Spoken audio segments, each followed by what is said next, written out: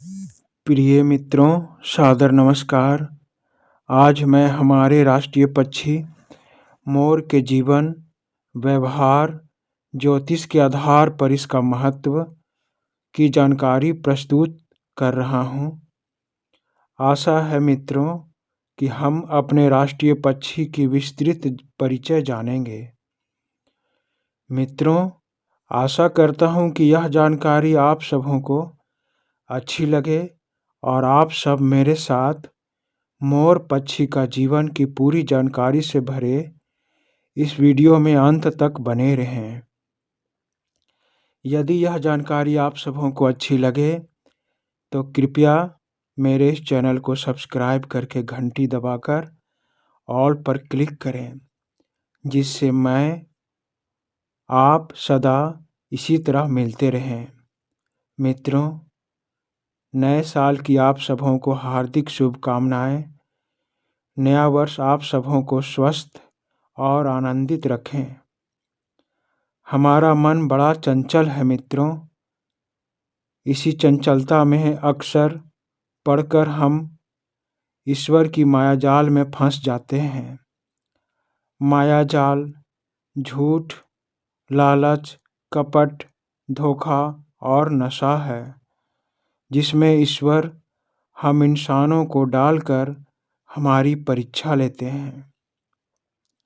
मित्रों, मेरे कहने का बस इतना ही तात्पर्य है कि नए वर्ष में हम अपने आप में थोड़ा सा परिवर्तन लाएं, अपनी जीवन शैली, दिनचर्या में सुधार लाएं, तो हम कुछ ही दिनों में अपने आप को मंजिल के करीब पाएंगे। और मित्रों, जिस अच्छे काम को हम समय के साथ नियम से प्रतिदिन करते हैं, तो यह अंतरिक्ष भी लक्ष्य तक हमें पहुंचने में हमारी भरपूर मदद करते हैं। तभी हम सबका नया साल मंगलमय होगा। मित्रों, मोर के विषय में एक प्राचीन कथा प्रचलित है। वह कथा इस प्रकार से है कि प्राचीन काल में एक शक्तिशाली और परम तपस्वी राक्षस था, जिसका नाम संध्या था। वह दैत्य गुरु शुक्राचार्य के मार्गदर्शन में भगवान शिव की कठोर तपस्या करने लगा। उसके कठोर तप से भगवान भोलेनाथ उस पर प्रसन्न हो गए। तब संध्या नामक असुर ने स्वयं को सभी देवी देवताओं से भी अधिक शक्तिशाली होने का वरदान मांगा। शिव ने उस राक्षस को सबसे अधिक शक्तिशाली होने का वरदान दे दिया। इसके बाद संध्यासुर ने तीनों लोक, स्वर्ग, धरती, पाताल में अपना वर्चस्व कायम कर तबाही मचाने लगा। तब सभी देवी देवता, नवग्रह ने एक साथ मिलकर मयूर, मोर का रूप धारण किया और उस संध्यासुर का विनाश किया। तभी से यह पक्षी का विशेष महत्व है।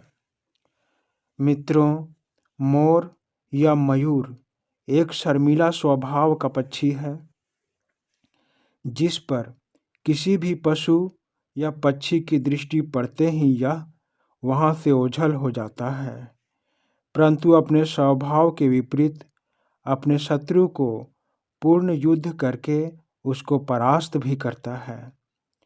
हमारे राष्ट्रीय पक्षी का दर्जा इसकी अद्भुत सौंदर्य के कारण भारत सरकार ने 26 जनवरी 1963 को दिया था। तभी से यह सुंदर पक्षी हमारे राष्ट्र का प्रतीक बन गया। मित्रों, मोर शब्द का साधारण प्रयोग नर और मादा दोनों के लिए किया जाता है, जबकि मादा को मोरनी कहा जाता है। नर मोर की औसत लंबाई 215 सेंटीमीटर और ऊंचाई 50 सेंटीमीटर तक होती है, जबकि मादा मोरनी की लंबाई लगभग 95 सेंटीमीटर ही होती है। मोर और मोरनी की पहचान करना बहुत ही आसान है। नर को सिर पर बड़ी कलगी और मादा के सिर पर छोटी कलगी होती है।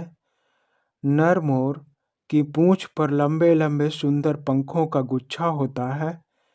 इन पंखों की संख्या लगभग 150 होती है। इसके विपरीत मादा मोरनी के पंख छोटे छोटे होते हैं। वर्षा ऋतु और बसंत में मोर मोरनी को रिझाने और प्रणय निवेदन के लिए अपने सुंदर सजावटी पंखों को खोल कर नाचता है, जिसमें इसके कुछ पंख टूट जाते हैं। ये शर्मीले होने के कारण एकांत में सहवास करते हैं। हर वर्ष अगस्त के महीने में मोर के सारे पंख झड़ जाते हैं और गर्मी के मौसम आने से पहले ये पंख फिर से निकल जाते हैं। मुख्यतः मोर का रंग नीला होता है, लेकिन अन्य प्रजाति और जलवायु के कारण ये सफ़ेद, हरे, जामुनी रंग के भी होते हैं। इसकी जीवन काल 25 से 30 वर्ष तक होती है। मोरनी घोंसला नहीं बनाती। यह जमीन पर सुरक्षित स्थान में अपने अंडे देती है। यह एक बार में 4 से 5 अंडे देती है। मोर की दौड़ने की रफ्तार 16 किलोमीटर प्रति घंटा होती है। यह जंगलों में जंगली पक्षी की तरह खुल कर रहते हैं। नीला मोर भारत और श्रीलंका का राष्ट्रीय पक्षी है, क्योंकि इसके शरीर में जब सूरज की रोशनी पड़ती है तब इसका पूरा शरीर हीरे से जड़े होने के जैसा दिखाई देता है। फैसियानी डाई परिवार के सदस्य मोर का वैज्ञानिक नाम पावो क्रिस्टेट्स है। अंग्रेजी में ब्लू पीफाउल या पीकॉक कहते हैं। संस्कृत भाषा में यह मयूर के नाम से जाना जाता है।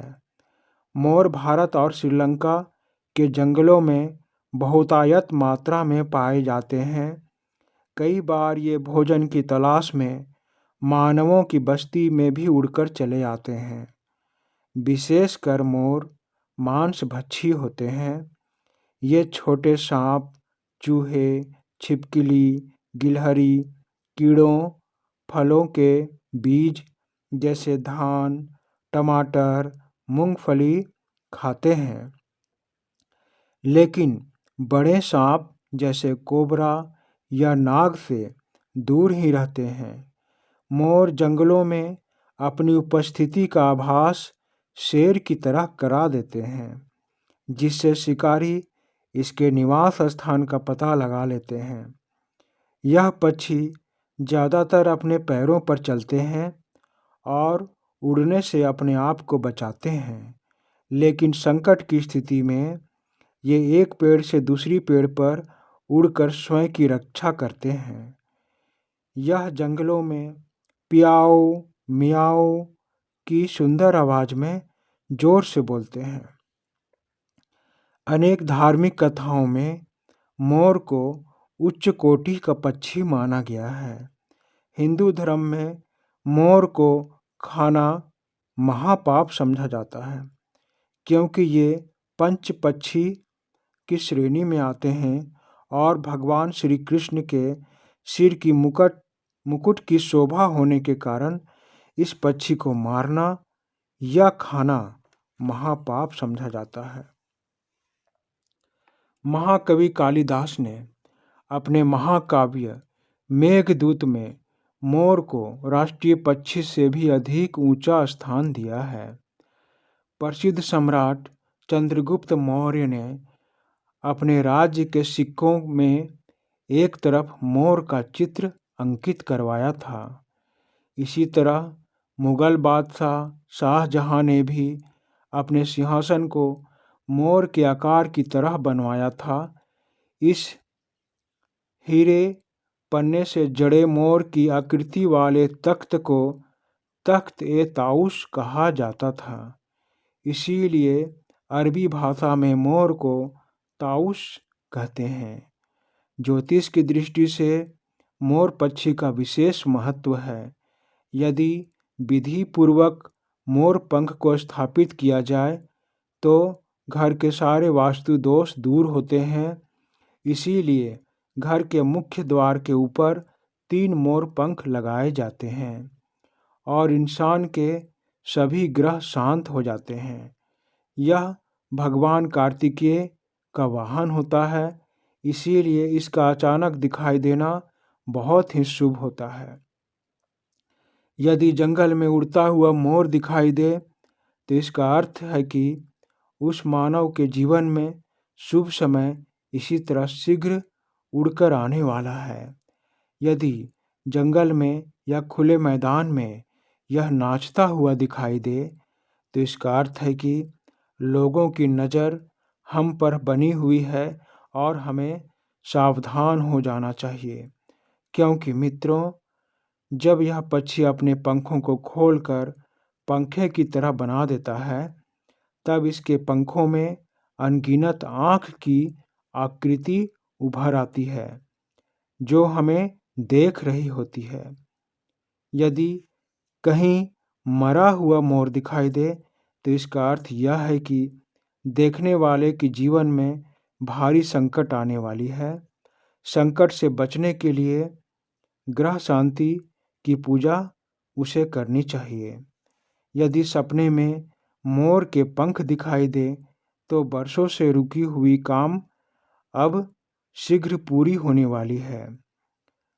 मित्रों, मोर पक्षी की बड़ी उपयोगिता होती है।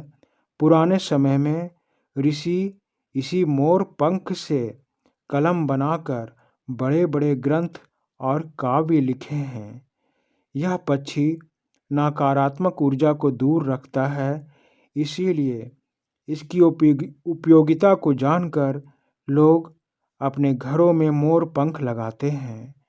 ग्रीक पौराणिक कथाओं के अनुसार उनके फरिश्ते की 100 आँखें थीं, इसीलिए ग्रीक के परमात्मा ने मोर पक्षी के पंख में 100 आँख देकर इसका निर्माण किया। हिंदू धर्म में मोर कई देवी देवताओं से जुड़ा है। भगवान कृष्ण, माता सरस्वती, कार्तिकेय जी को मोर अत्यंत प्रिय है। बौद्ध धर्म के अनुसार मोर जिस तरह अपने पंख को खोलकर नाचता है, उसी तरह इंसानों को भी अपने विचारों को फैलाव देना चाहिए। ईसाई धर्म में मोर के पंख अमरता, पुनर्जीवन और धार्मिक शिक्षा का प्रतीक माना जाता है।